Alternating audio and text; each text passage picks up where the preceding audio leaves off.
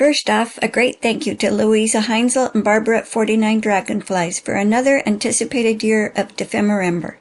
Hi everyone, Patty here with my trade that I'm sending to Barbara Wilson of Florida, USA.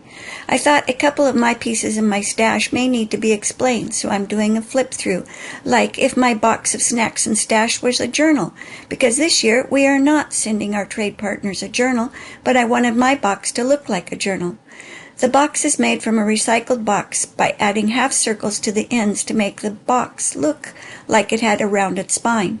I covered the whole box in recycled brown packaging paper, covered the whole box with the brown packaging paper and matte medium. After this dried, I added some color with acrylic paints to make the book look like worn leather.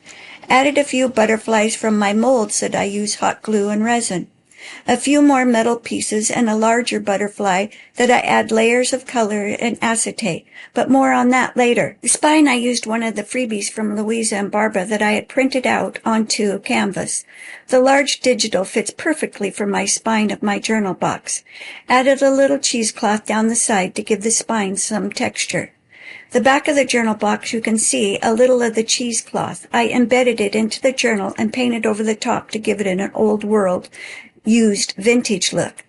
The sides and ends of the journal box have textured paste over the box, and I used a credit card that I had cut a sawtooth edge into it and used it to scrape across the paste to look like book pages. Now I'm ready to fill my box with all of my snacks and stash items. Designer fabric is so expensive, and I don't have any of the coveted pieces, so I make my own. I used a piece of cream cotton material and stamped over the piece completely with every stamp I have in my tiny house. If you've watched any of my videos, you know we have sold our house and are living at our daughter's in a tiny house until we find a new place. This brings its own challenges when trying to craft and live with a husband, 2 pups, and a cat in 200 square feet. To this material, I added a few rust splatters and some distress inks. I love the way it turned out, and if you want to add more color to match whatever project you're working on, you can change it up to meet your own project. Now this first piece is something my son-in-law gave me, and he gave me about 10 of them. I think they'll make a wonderful closure for a journal. Not sure how, and I'm still working on that, but can't wait to see what Barbara does with her swedge lock. It has a threaded end and it rotates on a metal string. Good luck! For my snacks, I packed some of my favorite pieces. The Milano cookies are wonderful in my opinion. The pieces of painted cardstock I put through my embossing machine. Take a sanding block and rough up the edges where the paint comes off, and you can see the tan cardstock underneath. Love this technique. This is a piece of a masterboard that's been cut up. Would work for a journaling card. I've been playing with encaustic wax and wax on some of my pieces, so I had to add one of those pieces. This is a piece of canvas that I've drawn a leaf pattern onto and painted it. Here's another piece of the masterboard that I have drawn a leaf onto and painted with watercolors. Tissue paper stamped with actual fern leaves would be great to decoupage onto something. How about a bird made with music paper and painted with watercolors? It's double-sided, so you could do something with this cutie.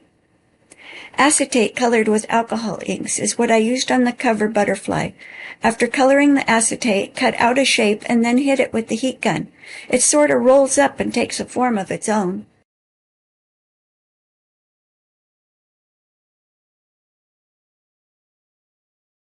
We have a couple coin envelopes that have been dyed with some of my natural inks and distress inks from Ranger and Tim Holtz.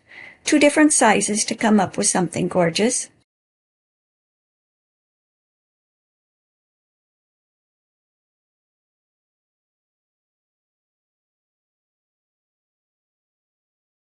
A hand-drawn dragonfly and a nest with an egg on music paper. We make all of this stuff, and then how do you use them in your journals? I can't wait to see what Barbara does with them. Here is some more material that I have stamped onto and made into washi tape by using double-sided tape onto my designer fabric. This double-sided tape is very sticky and works great.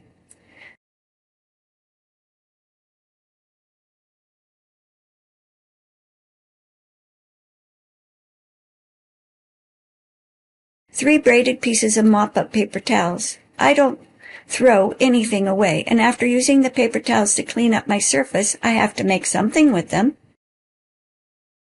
Another favorite snack is dark chocolate bar with sea salt. Oh yeah.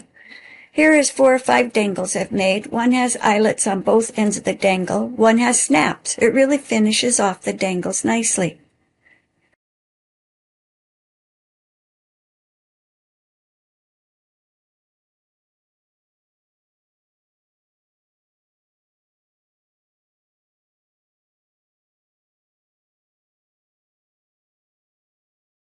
Hand-dyed cheesecloth is a must for me to add texture to my clusters and pieces, and I'm sure we'll be making some kind of clusters in this Dephemerember. Another piece of handmade washi tape. I'll add it with the others so they're all together. I bought a lace tablecloth that had a few holes in it, so I got it for a good price at a thrift store. I've used it to add a pattern to my jelly plate, but what will Barbara do? I added a couple pieces of my hand-dyed papers.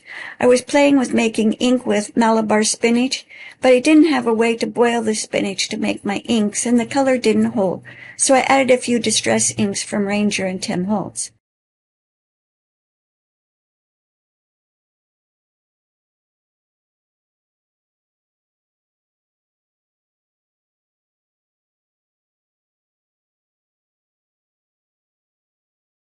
A gorgeous flashcard with a plant on it and all of the botanical information about that plant, some green mulberry special paper with gold threads going through it, a piece of origami paper with little flowers,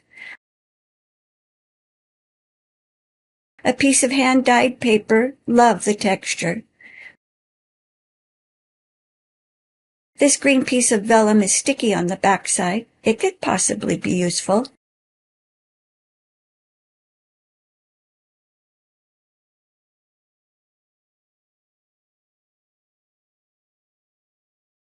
Three pieces of perforated paper in tan, white, and brown. This stuff is a game changer. Just rip off a piece and add it to your cluster, and you have an instant layer of texture.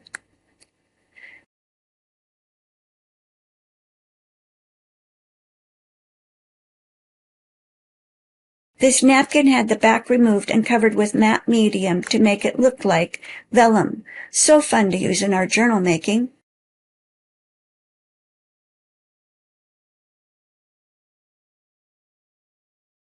A wooden block in a hexagon shape. What to do? I don't know. Tea. Now my trade partner may not drink tea, but if not, she could dye some papers with it. Either way, it's a win-win in my book. More chocolate. Can you have too much chocolate? I don't think so. And last but not least is a green plastic sleeve from Veggies, and it could be used as another layer in something, or spray some inks through it and get some pattern onto your papers. Whatever the case, I hope you have fun with this journal box and all of the snacks and stash I've sent. Can't wait to get your package, and I'll do a flip-through unboxing as I open my trade partner swap. Have a great day.